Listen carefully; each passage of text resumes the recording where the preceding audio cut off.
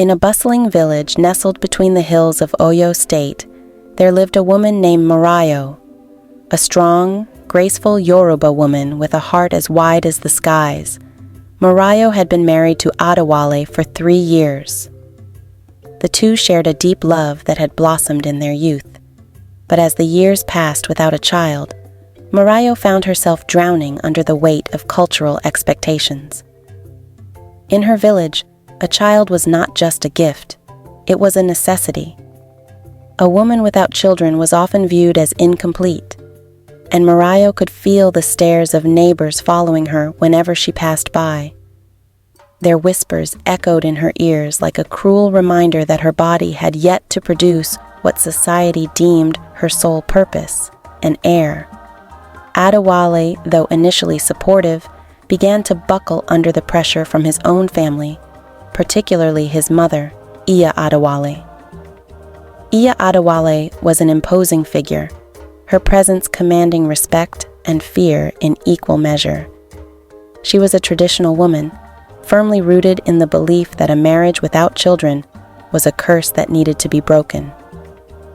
"Maro," she would say, her voice sharp as a knife, "when will you give us an heir? Time waits for no one. Adewale needs a son to carry on his name. Are you going to keep us waiting forever?" These words, though spoken with a smile, cut deep into Maro's soul. She had tried. Oh, how she had tried. But each month brought only disappointment, and each visit from Iya Adewale made the air in their home thick with tension.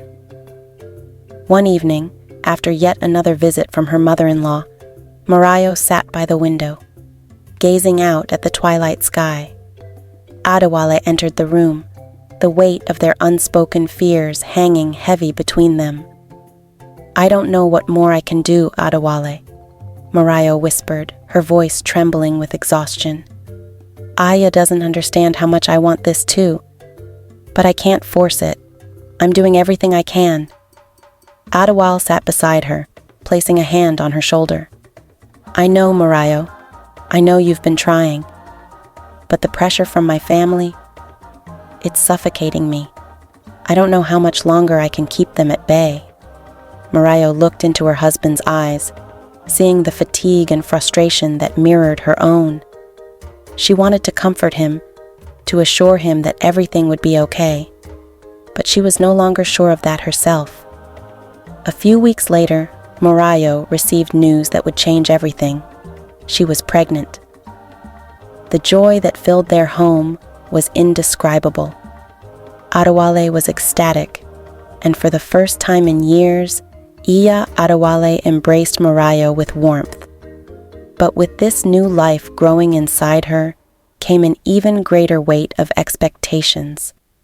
Maro could feel the world watching her every move, waiting for her to bring forth the child that would secure her place in the family. The first few months of Maro's pregnancy were blissful. The constant nausea and fatigue did little to dampen her spirits. She was simply overjoyed to finally be carrying a child.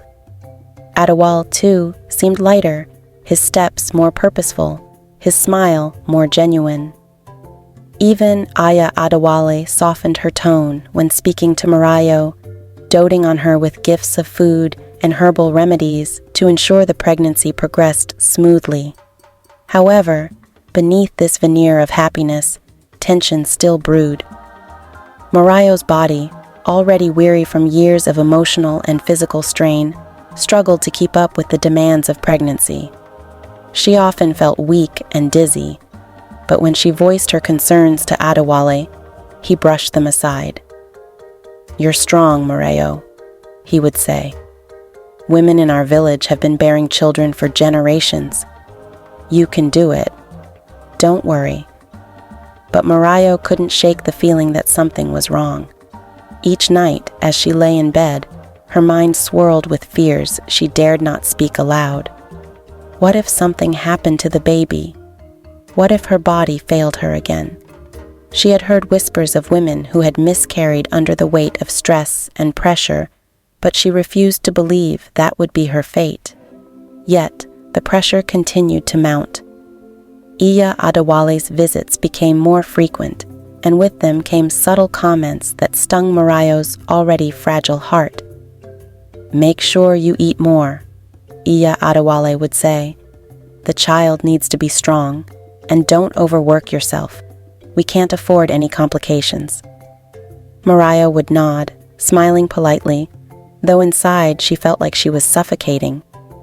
It was as if her every move was being scrutinized, as if the entire family's future rested on her shoulders alone. One evening, after a particularly exhausting day, Marayo returned home to find Adewale and his mother in a heated discussion. "I don't understand why you're so worried," Adewale was saying, frustration evident in his voice. "Marayo is fine. The baby is fine. You need to stop putting so much pressure on her." "Iya," Adewale scoffed, her arms crossed. "I'm not putting pressure on anyone, Adewale.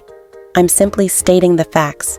Marayo is carrying the future of this family, and she needs to be careful. We can't afford any mistakes." Adewale sighed, running a hand through his hair. "There won't be any mistakes, Mama. Please, just trust us." Marayo stood frozen in the doorway, her heart pounding. She knew they were only concerned, but their constant worrying was wearing her down. She wanted to scream, to tell them that she was doing her best, but she couldn't find the words. Instead, she quietly slipped into the bedroom, the tears she had been holding back finally spilling over. As the months dragged on, the weight of Marayo's pregnancy became unbearable. She felt trapped in her own body, constantly on edge, afraid that something would go wrong. Adewale, though still supportive, had grown more distant. The pressure from his family had taken its toll on him, and he spent more time at work, leaving Marayo to navigate the emotional minefield of their home alone. Iya Adewale's visits, once a source of comfort, now felt like an invasion. Every time she stepped through the door, Marayo could feel her anxiety spike. The older woman's constant reminders to be careful and take it easy only served to deepen Marayo's fears. One afternoon, as Marayo prepared dinner, she felt a sudden, sharp pain in her abdomen. She doubled over, clutching the kitchen counter for support, but the pain only intensified. Panic surged through her as she called out for Adewale, who had just returned from work. "Adewale," she gasped, her voice trembling. "Something's wrong. The baby—" Adewale rushed to her side, his face pale with fear. "We need to get you to the hospital," he said, his voice tight with urgency. At the hospital, the doctor's words confirmed Marayo's worst fears. She had lost the baby. The news hit her like a physical blow, knocking the breath from her lungs. She lay in the hospital bed, staring at the ceiling, numb with grief. Adewale sat beside her, his head in his hands, silent. There were no words that could soothe the ache in their hearts. They had both pinned their hopes and dreams on this child, and now those dreams lay shattered. When Iya Adewale arrived at the hospital, her reaction was one of disbelief. "How could this happen?" she demanded, her voice rising. "What did you do, Marayo? You were supposed to be careful." Marayo flinched at her words, tears streaming down her face. She had done everything she could, but it hadn't been enough. The weight of Iya Adewale's accusations crushed her, and for the first time in her life, she felt utterly defeated. In the weeks following the miscarriage, Marayo found herself sinking into a deep depression. The house that had once been filled with anticipation now felt cold and empty. She avoided going out, unable to face the pitying looks of the villagers. The whispers that had once followed her seemed louder than ever. Adewale, too, had changed.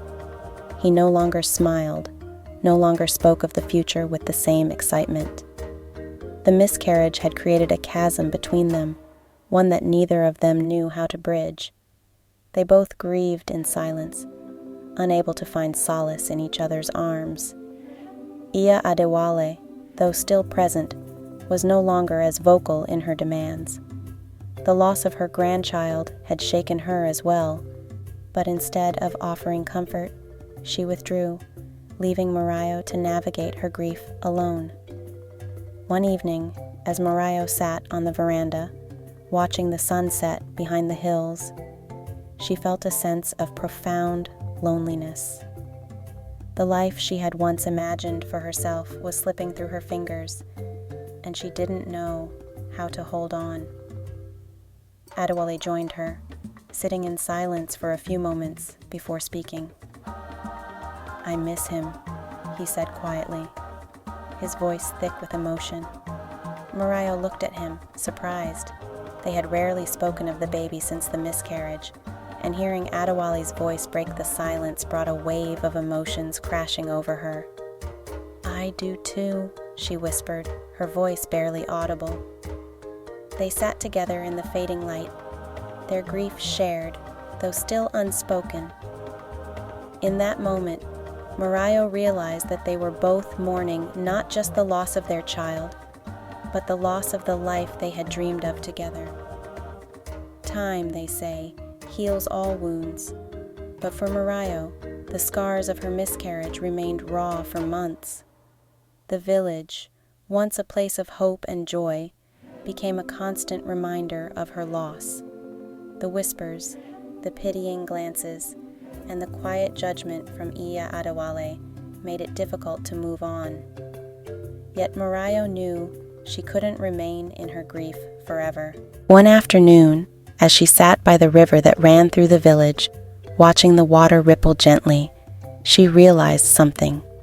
She had been carrying not just the weight of her own grief, but the burden of everyone else's expectations.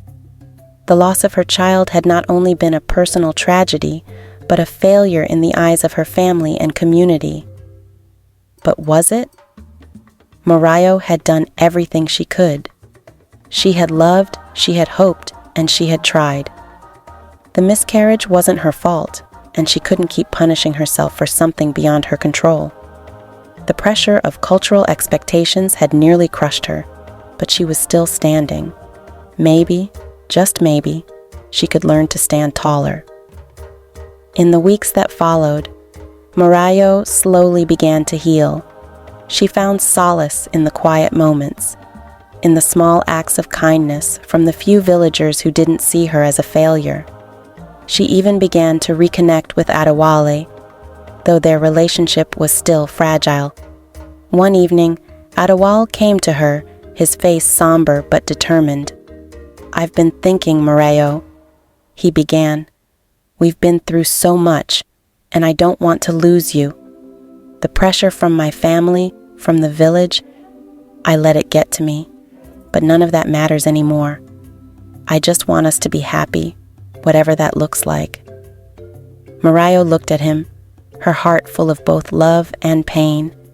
She knew that the path ahead would not be easy, but she also knew that she wanted to walk it with him. "We'll take it one day at a time," she said softly, reaching for his hand. And so, they began to rebuild. Not just their marriage, but their lives. They learned to navigate the expectations of their community while also carving out space for themselves. Maro found new strength in her ability to choose her own path, to define her own worth, beyond the narrow definitions imposed by her culture. Though the loss of their child would always be a part of them, it no longer defined them. They were more than their grief, more than the expectations placed upon them. They were Maro and Adewale, two souls who had weathered the storm and emerged on the other side, ready to face whatever came next together. And in that, Maro found peace.